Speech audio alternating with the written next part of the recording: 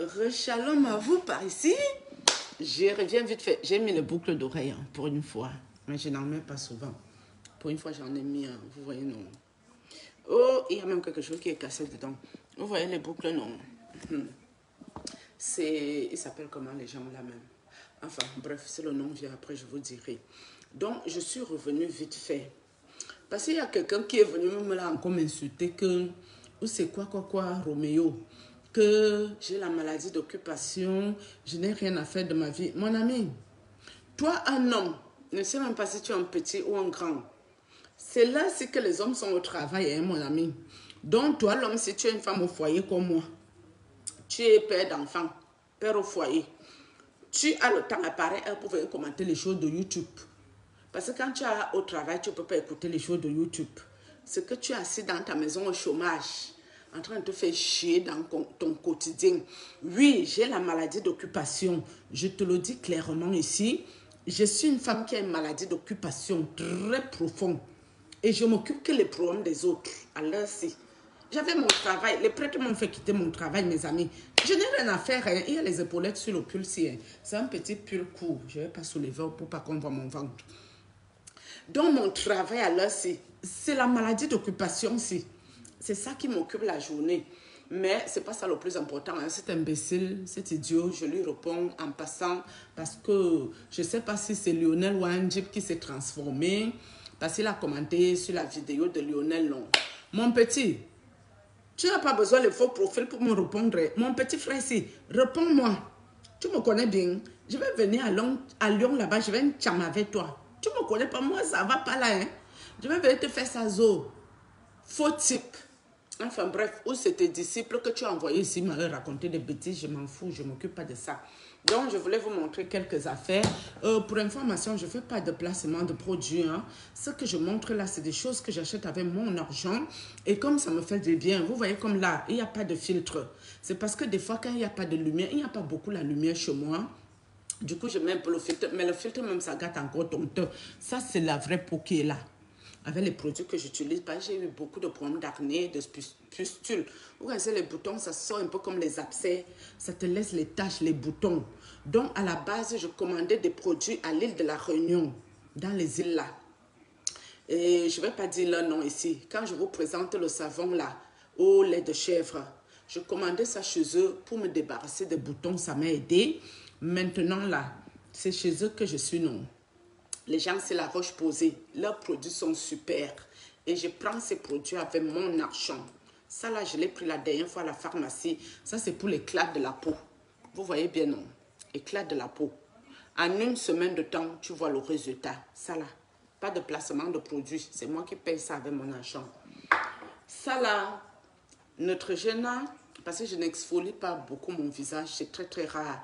J'estime que l'épiderme, l'hypoderme et le derme, c'est très important pour la vie de quelqu'un.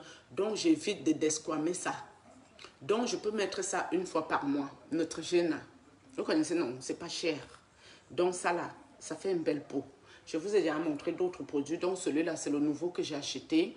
Tu n'as pas besoin de trop dépenser pour que ta peau soit nickel. D'accord, donc vous avez ça, Neutrogena. Et puis vous avez ça là, ce que je vous ai dit avec mes tâches qui m'ont encore bombardé ici. Beurre de karité, je prie dedans. Et des fois, c'est ça que je mets sur ma peau. Beurre de karité. Et pour vous qui voulez des petites potions particulières, ça là, Mont Saint-Michel, vous voyez, non. C'est un prêtre qui me l'avait indiqué, un prêtre catholique. Il m'avait dit de faire ça. Donc, dedans là, vous voyez qu'il y a les choses dedans.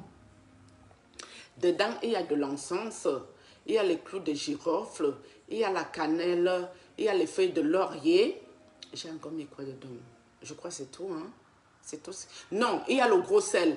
Parce qu'à la base, je devais mettre du kanwang pour laver le ndolé, non. Je n'en avais pas. Mais à part le kanwang, tu n'as pas, tu peux mettre du gros sel. C'est ça, non. Mais il m'avait dit que tout ça, c'est pour enlever les histoires de parfums, de mauvaises odeurs, tout. Après, tu pries dedans. Tu commences à, soit tu mets dans ton bain pour te laver, soit tu te oins avec, tu mets un peu sur la peau quand tu as fini de te laver en parlant quelque chose que tu as besoin. C'est un prêtre catholique qui m'avait indiqué ce truc. Mais moi, je n'utilise pas souvent, mais c'est toujours là.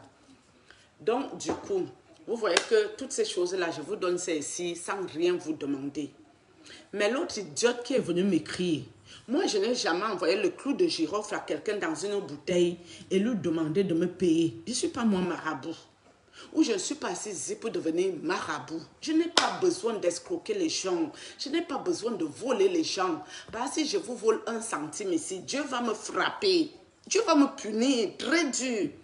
C'est moi qui dois encore aller donner à l'orphelinat. Peut-être un jour, je peux dire, faisons un litchi pour les enfants qui sont dans l'orphelinat. Ou peut-être pour Noël comme ça, pour acheter aussi les petits cadeaux aux enfants pour leur faire plaisir. Ça, oui. Mais ce n'est pas moi qui viendrai vous voir que mon enfant a besoin de ceci. Venez m'aider. Mais s'il y a les riches ici, mes amis, si vous m'envoyez aussi non pour me bénir, je ne vais pas vous dire non parce que vous êtes déjà riche. Mais je ne peux pas aller prendre l'argent des gens qui souffrent déjà. Ça ne marche pas chez moi. Je n'ai pas besoin de tous ces genres d'histoires. Et puis, je vous ai raconté une petite histoire à moitié ici. Je vais un peu développer là. La copine là, avec ses amis blancs là, ils ont commencé la jalousie sur ma personne. Dès que je venais, par exemple, avec mon sac Louis Vuitton, ils commençaient à regarder mon sac. Est-ce que c'est un vrai? Est-ce que c'est un faux? Mais attendez, mes amis, quand vous me regardez très bien, je ressemble à quelqu'un que si je ne peux pas m'acheter quelque chose qui est de la maison mère, est-ce que je peux mettre le faux? Déjà, ces choses ne m'intéressent plus. C'est posé là, je ne les utilise pas. Ils ont développé la jalousie dans leur cœur pour me mettre l'humiliation. Croire qu'ils vont me mettre quelque chose dans le verre, peut-être je vais tomber là-bas chez eux, je vais chier sur moi. C'était ça la base. Hein? Mais ils ne savaient pas que ce n'est pas tout le monde qui peut supporter des choses. Ça a failli me ôter ma vie. Ça a failli prendre ma vie. Quand cette copine m'a pris dans sa voiture, je ne me sentais pas bien, mes amis. Pour la première fois dans ma vie où je sentais la sueur qui sortait de tout mon corps, ça coulait comme de l'eau. Mon cœur battait la chamade, je ne me sentais pas bien du tout. Je lui dis, amène-moi à l'hôpital, je ne me sens pas bien. Je connais mon corps, je ne me sens pas bien, dépose-moi à l'hôpital. Mes amis, c'est quelque chose qu'on te met dans le verre, il faut peut-être 1 heure pour que ça disparaisse dans le corps. Du coup, à l'hôpital, on ne peut plus voir ça.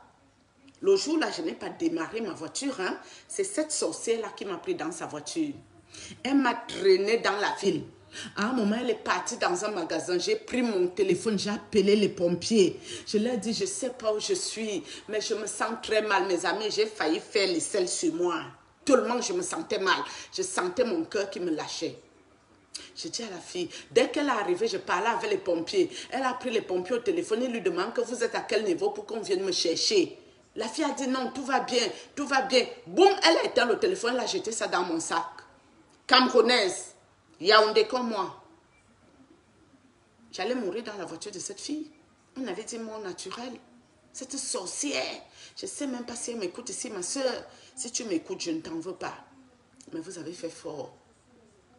Vous avez cru que vous pouvez me ôter ma vie. Il y a les gens, il y a la main de Dieu sur eux. Je suis une élue de Dieu. Je le dis sans me cacher. L'élu de Dieu. Si le papa prêtre de ma ville, le papa blanc 73 ans, arrive chez moi pour prier pour moi, il me dit pourquoi on vient chez vous tel jour, à telle date, ce n'est pas anodin. Il me dit d'aller lire l'histoire de Sainte Rose de Lima. Ça me concerne. Il me dit Dieu m'utilise pour sa plus grande gloire. Vous êtes les qui dans les réseaux sociaux pour dire le contraire. Parce que monsieur il a une dimension spirituelle, le papa blanc, et c'est une dimension. Vous êtes des sorciers au fait. Et je vous emmerde. Que Dieu vous pardonne. Hein? Quand la fille m'a tourné,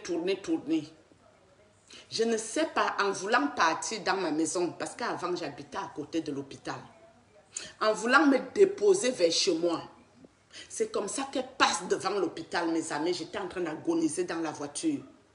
Comme par hasard, je relève la tête, je vois l'hôpital. Je lui dis, arrête-toi, arrête-toi un peu, arrête-toi un peu. Elle s'arrête. Mes amis, j'ai juste ramassé mon sac. Je suis sortie de sa voiture, je suis partie.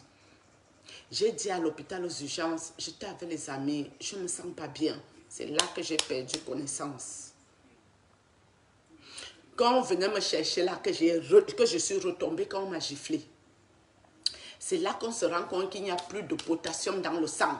Le cœur en train de faire le AVC. C'est là que les gens là m'ont directement mis l'injection du potassium pour faire redémarrer le cœur. C'est pour ça que je vous dis les amitiés que vous venez chercher en Europe, même en Afrique. Restez dans votre coin. Faites même les vidéos si vous vous ennuyez. Arrêtez ça. Vous allez perdre votre vie gratuitement si Dieu n'est pas dans votre vie. Si Dieu n'était pas dans moi, ma vie. Sachant que mon enfant est spirituel, hein, ma grande fille là, elle n'avait pas senti l'affaire. Quand je suis partie, même le Whitey m'a dit, tu vas où? Tu vas où? Ne va pas là-bas. Ils ont senti qu'il y avait le loufoque, ça sentait pas bon. L'enfant a pleuré toute la nuit. Jusqu'à ce que le père de mon fils l'appelle pour lui dire de rester tranquille. Je vais arriver. Je suis à l'hôpital. J'ai fait une photo en partant, une photo à l'hôpital. Quand mes copines ont vu cette photo, ils se sont dit, qu'est-ce qui t'est arrivé? Évite cette fille, évite-la. Tout ça pourquoi? Quelqu'un que je connaissais depuis les années. Quand elle était bien avec son blanc, mes amis, elle venait se vanter devant moi. Je n'ai jamais eu la jalousie. Parce que sa vie ne m'intéressait pas. Parce que moi, ce qui m'intéresse, c'est ma propre vie. Mais elle est quittée de son mariage, ou son mari l'a laissé, ou qui a laissé Kyo. C'est leur problème. C'était devenu la jalousie sur ma personne. Je vous ai dit que quand tu as la lumière, mes amis, tu n'as pas besoin d'aller parler aux gens. Quand tu entres quelque part, tout le monde se retourne pour voir que qui est entré là. Tout le monde parle de toi. C'est ça qui a dérangé cette bébêche. Ma soeur, je te salue ici. Je suis toujours en vie. Hein. Je me suis levée d'ici, aller prier à Paris. Après le mal que cette fille m'a fait, qu'elle voulait me ôter ma vie avec ses collègues blancs, ses amis bêtes. Cette fille a rêvé de moi. Après que je suis allée prier, une semaine de ma vie de prière, elle a rêvé de moi, je partais l'étrangler, mes amis. Les sorciers du fer à retordre. J'ai fini de prier à Dieu. Elle a rêvé de moi, je partais l'étrangler, mes amis. Si je voulais étrangler cette idiote, je l'aurais étranglé. Les pots qui m'ont mis quelque chose dans le verre. Si je voulais lui faire quelque chose pour me venger, les pots que j'ai rêvé d'elle, elle venait me donner la nourriture. À cause d'un vieux blanc, le type qui gérait où elle travaillait, hein, depuis qu'elle était là-bas, elle n'a jamais vu qu'elle pouvait aimer le père là. Elle n'avait jamais vu qu'elle pouvait avoir de l'amour. Mais comme le père là m'aimait bien, c'est devenu le problème de la fille que vous voyez ici. Nous les Camerounais, on est des malades mentaux. Nous les Camerounais, on a mal à la tête. C'est à cause de ça hein, que j'ai failli perdre ma vie. Parce que son chef avait Dieu que pour moi. Malgré que je suis tombée enceinte, le monsieur venait partir me faire les courses au champ. Il venait me ramener ça à ma maison. Oui. C'est ça qui a failli me coûter ma vie. Et le pire, c'est que quand ils ont fini ça avec moi, ses amis blancs sont repartis faire ça à un autre blanc. Laissez-moi vous dire que le monsieur est décédé. Hein. Le blanc à qui ils ont remis leurs choses là dans le verre, on a retrouvé le monsieur mort dans sa maison. Et que moi, Dieu m'a sorti de là. J'ai dit merci Seigneur. Que toute la gloire te revienne. Non, sincèrement, je ne sais pas qui toque ici. C'est grave, hein? C'est grave d'être aussi méchant. Attendez, ils sont chez moi. Je vais essayer d'amener ma caméra parce que je fais ma vidéo. Je vais regarder le Judas. Oui? Je suis occupée, hein? Je vous appelle après. Non, c'est la voisine. Je ne sais pas qu'est-ce qu'elle veut. Je suis en train de faire ma vidéo et je vais m'emmerder là. Enfin, je n'ai pas fini. Mais cette dame, elle est quand même pénible. Hein? Putain, elle me fait chier, au fait. Enfin, je parle un peu à voix passée. La mère, là, la voisine, non. Elle m'énerve. Enfin, on avance, non. Donc, pour vous dire, mes amis, vous n'êtes pas venus en Europe chercher les amitiés. Moi, la chance que j'ai, c'est qu'il y a la main de Dieu sur moi. Et que Dieu veut m'utiliser et continue à m'utiliser. Il m'a toujours utilisé pour sa plus grande gloire. Le blanc, là, est mort. Hein. Il est mort dans le même truc qu'on m'a mis dans le verre que Dieu m'a sauvé. Mais le monsieur est décédé. Imaginez-vous que cette sorcière, elle me dépose à l'hôpital dans ce mauvais état. Et demain, sa voiture rentre à sa maison. Le lendemain, jusqu'à 15 h, cette fille ne m'appelle pas pour savoir même que comment tu vas. Elle allait m'abandonner, elle est partie. Pour récupérer ma voiture, j'avais laissé, j'ai dû prendre le taxi. Quelques jours après, Parce que j'avais abandonné ma voiture là-bas où elle travaillait. J'ai pris le taxi m'a déposé là-bas. J'ai démarré ma voiture, je suis rentrée avec ma voiture. Mais cette fille avait déjà peur de moi. Et je vous ai dit que les gens qui m'attaquent, Dieu peut te frapper. Tu payes sa cash d'entrée de jeu. Dès que tu m'attaques, tu récoltes. Mais d'autres, ça prend le temps que ça prend. Depuis que cette fille m'a fait ça, sa vie est devenue quoi? Peut-être elle va m'écouter ici. Quelqu'un avec qui j'ai toujours été gentil. Je ne cherche pas les histoires dans ma vie. Je n'envie pas le bien des gens.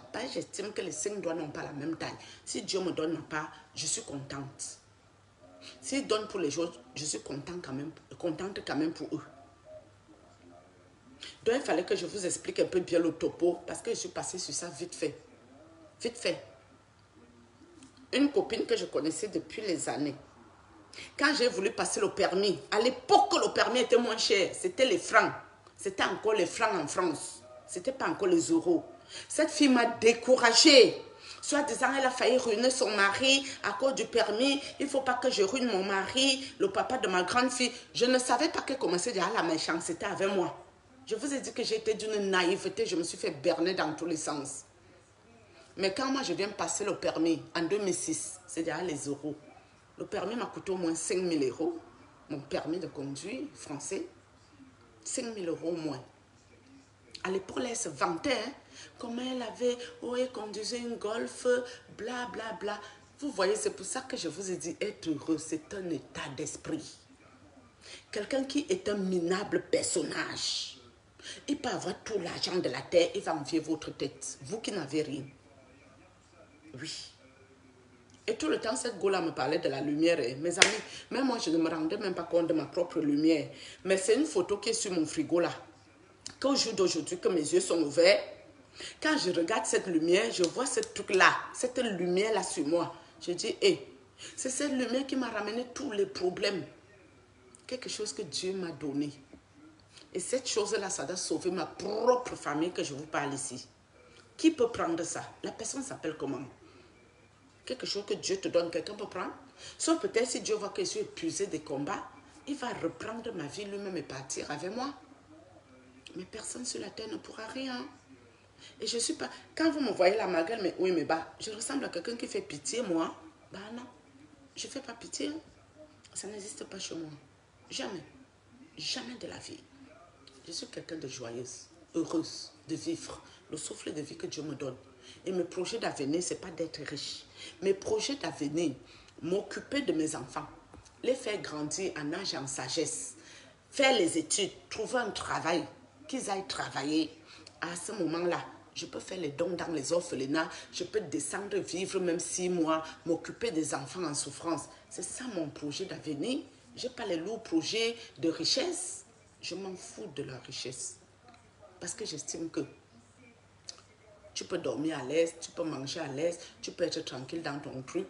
Il est où le problème?